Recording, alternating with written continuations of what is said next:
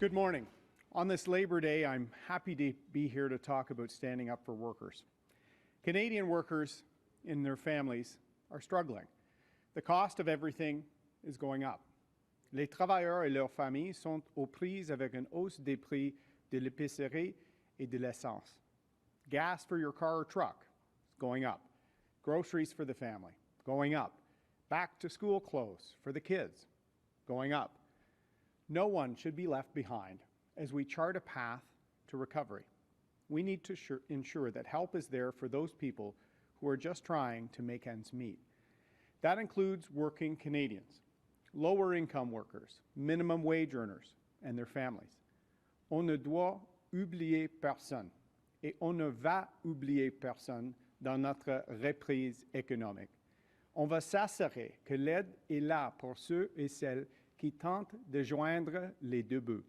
Ça comprend les travailleurs à faible revenu, ceux qui gagnent le salaire minimum et leurs familles. We need to make sure work pays. We need to leave more hard-earned dollars in people's pockets. And we need to ensure government helps those who need it the most. Canada's recovery plan will put working Canadians at the front of our recovery. A Conservative government will double the Canada Workers' Benefit. That will put up to $2,800 in the pockets of the most vulnerable workers. Un gouvernement conservateur va doubler l'allocation canadienne pour les travailleurs. Ça va mettre jusqu'à $2,800 dans les poches des travailleurs les plus vulnérables. Not only will we double the benefit, we will pay it 4 times a year as a direct deposit. So workers and their families can count on that support throughout the year and not just at tax time. Making these changes will help 3.5 million families pay the bills and put food on the table. For someone earning between $12,000 and $28,000 a year, this will represent a $1 per hour raise. Ces changements vont aider 3,5 millions des familles à payer leurs facteurs et à mettre de la nourriture sur la table. Pour tous ceux qui gagnent entre 12 000 et 28 000 $ par année, ça va représenter une augmentation de $1 l'heure. Our $1 per hour boost will provide stability for some of the hardest working lower income earners in Canada. It will also reward work in some of our hardest hit sectors, such as tourism and hospitality, that are struggling to find workers.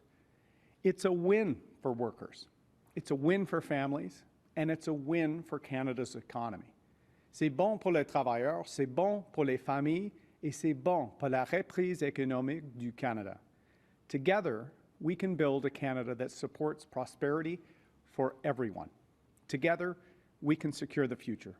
Ensemble, on va agir pour l'avenir.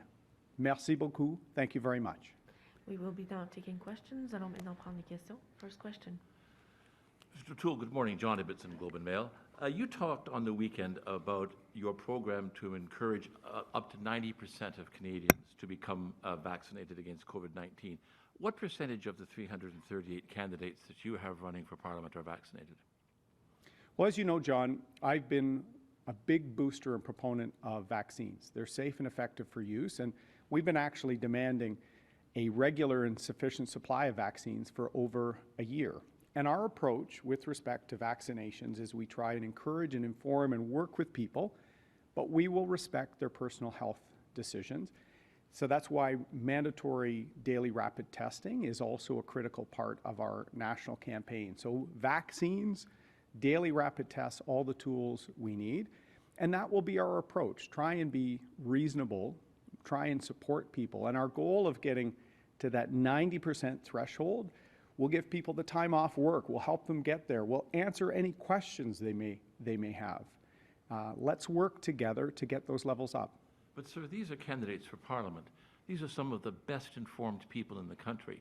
How could you conceivably have someone inside your caucus who chooses to refuse to receive a vaccine? What explanation could they possibly offer you for that decision? Well, John, I think the big difference between Justin Trudeau and myself is I respect people, even if we may differ on something. And that means respecting personal decisions and personal approach to finding out about vaccines and to having any hesitancy or questions answered. It's about having an approach of respect and trying to work with people to overcome any concerns about vaccinations, or also make sure that they work to use daily rapid testing, masking, distancing to fight COVID-19. We all have a role to play, and I really think this isn't a time to create an us versus them approach. Mr. Trudeau tried to do that right out of the gate in an election and a pandemic that he called. Let's work together to fight COVID-19. I do think public officials have a very important role in promoting that vaccine, promoting all of the health measures that we have to follow. We have followed those in this campaign. It was troubling to see Mr. Trudeau holding events in a hospital yesterday in a pandemic election that he called, completely disconnected from the needs of Canadians. On doit travailler ensemble sur la pandémie, incluant sur les vaccins et tous les outils pour notre lutte contre la COVID-19. Et j'ai une approche différente que M. Trudeau. Je respecte les autres si on a un point de vue différent. Les vaccins sont sécuritaires et efficaces et j'encourage tous les Québécois, tous les Canadiens à se faire vacciner. Mais aussi, on doit utiliser les autres outils comme les tests de dépistage quotidiens, comme la distanciation sociale, les masques et les autres. On a une approche sérieuse sur les vaccins et sur la pandémie. Et hier, M. Trudeau a eu un événement dans un hôpital en pleine d'une pandémie. Selon moi, c'était inapproprié. Next question. Hi there, Mr. O'Toole. It's David Cochran with CBC News. When we were signing up and filling out the papers to cover this campaign, to be able to travel with you, we had to submit proof of vaccination to the Conservative Party. So I'm wondering if you can explain the double standard. Why is that we must be vaccinated to be able to travel with you on a plane, but you are intent on keeping it optional for other Canadians to travel by air? And would your unvaccinated candidates be banned from traveling with you on your campaign plane? Well, as you know, David, we are trying to make sure we follow all of the health measures within this pandemic election as possible. We don't think there should be an election in a pandemic, but here we are. We're trying to use vaccinations and make sure as many people as possible are vaccinated. We're also, as you know, using daily rapid testing and other things, particularly where we may be having smaller groups in contact with people. We have to take as many precautions as possible to make sure that our campaigning is not indirectly causing exposure or risk to Canadians. We're taking all efforts to try and get the right balance, and this is yet another example of why we should not be in a pandemic when we're worried about the fourth wave of the spread. It's why Mr. Trudeau shouldn't have called it, and he certainly yesterday shouldn't have been campaigning in a hospital where the front lines are fighting COVID-19. Next question. Good morning, Mr. O'Toole. JP Tasker, CBC News. Given your shifting position on the May 2020 order in council, I wanted to ask you about another piece of Liberal firearms policy, and that's Bill C-71, which enhances background checks and demands certain record keeping from retailers. Will you repeal this piece of legislation and the measures it implements as your platform promises, or will you keep it? And you dodged this question yesterday. I think Canadians and firearms owners need a clear answer on where you stand on this bill. Well, let me be clear once again. We're keeping all restrictions that are in place, as we also have a public and transparent review of the classification system to take the politics out. We supported enhanced background and enhanced verification measures in Bill C-71. In fact, we need to make sure Canadians know we have very significant screening, verification, and training as part of our system here in Canada. It's very different from the United States, so we support that. We had concerns about a backdoor registry as approach to that bill that would not do anything to keep communities safe.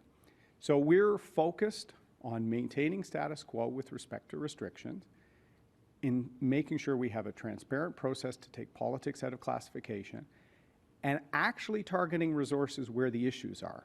We see a massive increase in organized crime and street gang shootings, and a massive increase in smuggling of illegal firearms from the United States. Under Mr. Trudeau's watch, he's softening penalties for repeat offenders that use firearms. The real issue is Mr. Trudeau, and we're going to have serious efforts not to defund the police, as some of his candidates want, to actually give our front lines the tools they need to keep Canadians safe. On va aider nos policiers avec leur travail contre les gangs de rue, contre les criminels qui utilisent les armes à feu illégaux. On a vu une augmentation grave de la contrebande pour les armes à feu illégaux. On doit cibler sur ça. En même temps, on a un système de vérification, de formation, et on doit augmenter ça. Et on a eu une approche comme ça avec 71, le projet de loi. Mais on va maintenir les interdictions en place et avoir une revue transparente sur le système de classification. Prochaine question. Bonjour, M. O'Toole, Boris Proulx du journal Le Devoir. Vous avez parlé d'une revue, ou en tout cas un examen complet, transparent du système de classification des armes. J'aimerais savoir qui fera partie de ce système, de cette revue, en fait. Est-ce que les groupes comme Police se souvient, est-ce que les groupes anti-armes à feu comme les survivants de la mosquée de Québec seront invités à cette revue, cet examen? On va avoir un processus public et transparent avec tous les groupes intéressés dans le processus, parce que c'est très important d'enlever les politiques sur un enjeu de la sécurité publique. C'est un enjeu important pour moi comme chef, mais plus important comme un père de famille. On doit avoir une approche sérieuse contre les gangs de rue, contre la contrebande, et un processus, un système pour la classification sans politique, ciblé sur la sécurité publique. We must have a process that takes the politics out of the classification. Mr. Trudeau has divided people using this. We need to have a public and transparent process with groups that need to be a part of it. We are committed to that, and as I've said, we will maintain restrictions in place. We will have a public and transparent review of classification, and we will give significant resources to police and the front lines fighting the massive increase in criminal gang activity and smuggling. Après votre présence au débat de TVA, j'ai pu parler à des propriétaires d'armes comme Guy Morin de la Coalition contre le registre, des gens comme Tracy Wilson de la Coalition canadienne pour les droits des armes à feu, comme Blair Hagan de l'Association canadienne pour les armes à feu. J'aimerais savoir, ces gens-là croient que votre position est que les armes d'assaut ne sont que les armes automatiques. Quelle est la position d'Erin O'Toole? Est-ce que les armes d'assaut sont les armes automatiques ou, comme le prétend Justin Trudeau, aussi les armes semi-automatiques de style militaire? Comme j'ai dit hier, on va rester en place, toutes les interdictions en place maintenant. On va maintenir l'interdiction sur les armes d'assaut et les armes restrictées en 2020. Et en même temps, on va créer un processus pour une revue indépendante et publique sur le système de classification. C'est juste. On doit avoir une approche sans politique sur la sécurité publique et pas un processus où M. Trudeau va utiliser cet enjeu de diviser les Canadiens, les communautés rurales et les grandes villes, les chasseurs contre les non-chasseurs. On doit avoir un processus transparent, ouvert et ciblé sur la sécurité publique. En plus, on va donner l'argent pour les policiers de lutter contre les gangs de rue et les fusillades à Montréal, à Vancouver, à cause d'une approche lente et confuse par M. Trudeau. Next question. Glenn McGregor, CTV News. Mr. O'Toole, you said yesterday that you'll leave the prohibition on certain semi-automatic rifles like the AR-15, the Beretta Storm that were in that OIC in place. I want to know how long you plan to leave it in place, and whether, if that public review process comes back and says, no, they should be returned to their original restricted classification and not prohibited, will you allow that change to go through, or can you commit to Canadians for whom this is an important issue, that you will leave that OIC prohibition on those firearms in place throughout the term of your government? Well, Glenn, what I committed to is keeping everything in place now, the status quo, so that people know we can focus seriously on public safety and security, actually go after the illegally smuggled firearms, which are the cause of many of the shootings we see in the cities, and have a completely independent public process to fix the classification system. I'm not going to prejudge that process because I should not be running that process. It should be a process that allows for a transparent review to remove the politics out of this. It's been upsetting to see Mr. Trudeau each week of this campaign import divisive U.S.-style politics, whether it's on health issues, whether it's on manipulating media, whether it's on this. We need to have politics out of the system of classification. We need to give frontline police officers and border officials the tools to do their job, because we've seen things go up under Mr. Trudeau, violent crimes and shootings. We need to get them down to keep communities safe. Just so I understand this, to be clear, in the course of your first mandate, you would convene this independent review. And it is possible that, depending on who's on this committee, that they would recommend that those firearms in the OIC would be returned to restricted status, and that would happen in your first mandate, and you wouldn't stop it. Is that what you're saying? What I've said is I don't want to prejudge any process that should be arm's length, that should be bringing together all groups, including groups in the public, to make sure that Canadians know we have a completely different system than the United States in terms of screening, in terms of training, in terms of licensing.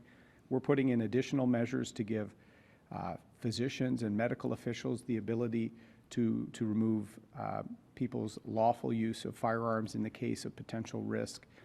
As a parent of kids, as a suburban dad, that's what brought me to politics. I want communities to be safe. And I want to actually target where we need to target the resources, which is street gangs, organized crime, and the smuggling of illegal weapons from the United States, which has a completely different system to us. We need to keep communities safe, and that will be a priority for me. It's been getting worse under Justin Trudeau. We have a plan to tackle this rise in illegal gun activity in our cities. Prochaine question. Bonjour, M. O'Toole, Louis Blouin de Radio-Canada. Hier, vous avez ajusté votre position sur le contrôle des armes. Vous avez dit que vous allez maintenir, on ne sait pas pour combien de temps, l'interdiction libérale de 1500 modèles. Or, dans les dernières heures, votre député sortant et candidat Rob Morrison dit sur Facebook que la position de votre parti n'a pas changé. C'est-à-dire que vous allez maintenir, vous allez retirer ce décret des libéraux. Alors, qui dit vrai, M. O'Toole? Je suis le chef et on va maintenir nos restrictions en ce qui concerne les armes à feu et avoir un processus pour une revue de notre système de classification, d'enlever la politique. Et c'est très important pour moi d'avoir une approche sérieuse, ciblée sur la sécurité publique de nos villes, nos banlieues, nos communautés rurales, et de respecter le statu quo maintenant et avoir un processus indépendant. En plus, on va avoir des investissements contre les gangs de rue et la contrebande. En anglais, s'il vous plaît, là-dessus. I'm the leader, and we will have an approach focused on public safety, focused on maintaining restrictions in place and having a review of our classification system that removes the politics from this, the politics that Mr. Trudeau always tries to employ to mislead and divide people. We need to also have a process that tackles the issues of street gangs and illegal smuggling across our border, which is where the real risks are for people that are seeing the brazen shootings in many of our cities. These are being perpetrated by criminal street gangs who are obtaining illegally smuggled firearms. Hier, on a vu qu'il y a toujours des manifestants qui attendaient le chef libéral Justin Trudeau sur la route, des manifestants dont certains sont anti-vaccins. Je voudrais avoir votre opinion. Pensez-vous que M. Trudeau a mis de l'huile sur le feu, a un peu causé cette situation-là en politisant lui-même l'enjeu de la vaccination obligatoire? Je serais curieux de vous entendre. J'aimerais voir une campagne sur les idées. L'harcèlement des candidats, n'importe quel parti, sont inacceptables. Et on doit avoir un débat sur l'avenir. C'est pourquoi, au début de la campagne, on a lancé notre plan pour le rétablissement du Canada. Je respecte les autres chefs, mais les conservateurs, nous sommes le seul parti avec un plan pour une relance économique et dans tous les secteurs, dans toutes les régions, et de remettre notre pays sur les rails. Et j'aimerais voir les débats sensibles, sans les manifestations, sans l'harcèlement. Et ça serait mon approche, ciblée sur notre avenir. Next question. Good morning, Jacob Serban, the Canadian Press. A few moments ago, you said your expanded Canada Workers benefit would incentivize work in tourism and hospitality sectors. I'm wondering if you think people are going to take different jobs? Are they going to leave jobs to take minimum wage jobs because of a tax credit? Or are you talking about something else? What I announced today, and I'm glad we're doing this on Labor Day, is a way to show that we're the party standing up for Canadian workers. The doubling of the Canadian workers benefit has the equivalency of giving $1 per hour raise for people at lower income levels. And I respect someone that goes into their job, whether it's in hospitality, whether it's in tourism, whether it's manning a Tim Hortons. If you're working hard to provide for your family, I'm going to have your back. And I want you to have more money to tackle the rising cost of living that is out of control. So we're not only giving that $1 per hour raise, that massive doubling of that benefit, we're also going to pay it out quarterly so that families can have that expectation and not have to wait till tax time. We're doing a lot to show Canada's recovery plan, our plan, wants to see an economic recovery for all families. And we respect people that work hard, and we're going to have their back. On another subject, you've spoken a lot about your plan. It's a big part of your stump speeches. You introduced your plan right at the beginning of the campaign. Now we've seen that plan change somewhat, at least on guns. What other elements of the plan are open to change? Well, I do have the plan with me. As you know, I carry it with me, and I do talk about it a lot. I've been able to get out and talk to people about our vision of getting the country back on its feet and back on track. Our approach to jobs, to transparency, to national leadership on mental health, on being more ready for a future crisis, and to balance the budget over the course of the next decade.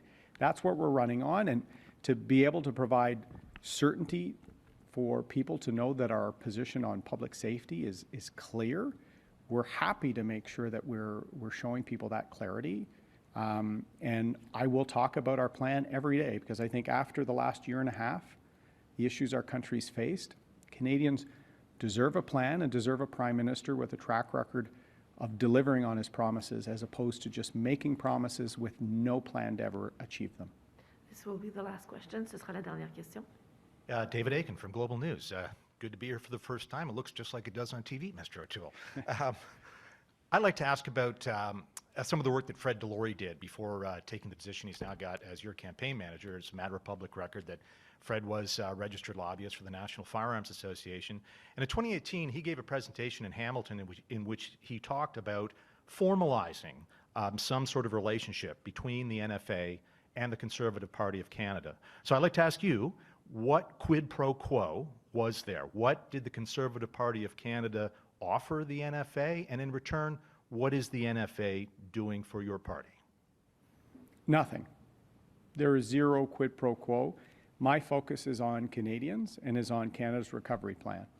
And if I can show them how we're going to put public safety first by maintaining restrictions in place and taking the politics out of classification, that's something I've been talking about for many years myself, because I don't like to see law-abiding people like farmers and hunters demonized by the Liberal government. I don't think that's fair, and I don't think people, even if they're not a hunter themselves, want to see other people targeted unfairly. So that is my position as leader, making sure we focus on public safety, give the police the tools they need to combat street gangs and illegal smuggling, and to make sure we try and take the politics out of the classification system. On doit enlever les politiques sur notre système de la classification des armes à feu. C'est important pour moi parce que malheureusement, tout le temps, M. Trudeau vont diviser les Canadiens, les fermiers, les chasseurs, et on doit cibler les risques comme les gangs de rue et la contrebande. Donc, je vais avoir une approche transparente. On va maintenir les restrictions en place et créer un processus public et indépendant sur la classification des armes à feu, d'enlever les politiques. It was interesting to hear you note that the Liberals try to demonize law-abiding gun owners. The National Firearms Association, I don't know how much you pay attention to their material, they take quite a bit of glee in demonizing their opponents, specifically Liberal MPs, Pam Damoff, Chrystia Freeland, and so on. They run childish cartoons doing this sort of thing. So given your spirit of depoliticizing it, would you still invite representatives from the National Firearms Association who have a history of demonizing their opponents to be part of your depoliticized panel to review gun laws? David, throughout my political career, I've actually condemned that type of demonization in politics, and that's why I want to fix the classification process. It is completely unfair and actually incorrect for the government to suggest that the rise in violent crime we see in our cities is somehow attributed to farmers and hunters in rural parts of our country. That causes division. It actually takes the government's eyes off the real issue, which is smuggling, which is street gangs, which has gone up under Mr. Trudeau's watch, under Mr. Blair's watch. They have failed, and they've misled people. So my approach, let's take the politics out, let's keep status quo with respect to restrictions, and put the resources where they need to go, where we know the problem is rising. I don't want, like many Liberal candidates, to defund the police. I want to give them the tools to keep us safe. On doit donner l'argent, les investissements nécessaires pour les policiers dans nos grandes villes de lutter contre la contrebande et les gangs de rue. Ce n'est pas le temps de tromper les Canadiens comme M. Trudeau et les libéraux, mais d'avoir un processus transparent et public sur la classification parce que c'est injuste de blâmer les fermiers, les chasseurs pour les fusillades à Montréal ou à Vancouver. Et on va avoir une approche transparente, ciblée sur la sécurité publique, la sécurité de nos communautés, et de maintenir les restrictions en place et créer un système indépendant pour une revue. It will be all for today. Ce sera tout pour aujourd'hui. Merci. Thank you. Merci beaucoup. Thank you.